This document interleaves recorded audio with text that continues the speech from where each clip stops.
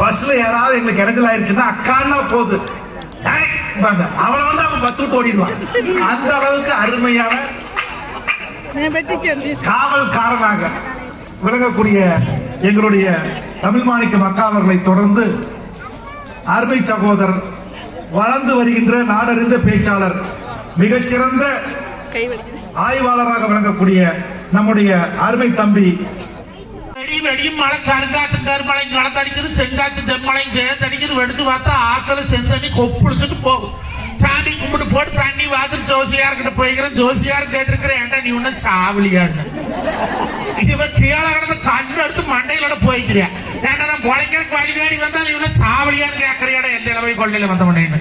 அது ஜோசியார் சொன்னாரா, சாத படி பொழுதாடி நீ இடியாரின்னு செத்துருக்கோன்னு, நீ வெடி வரைக்கும் உசுராடு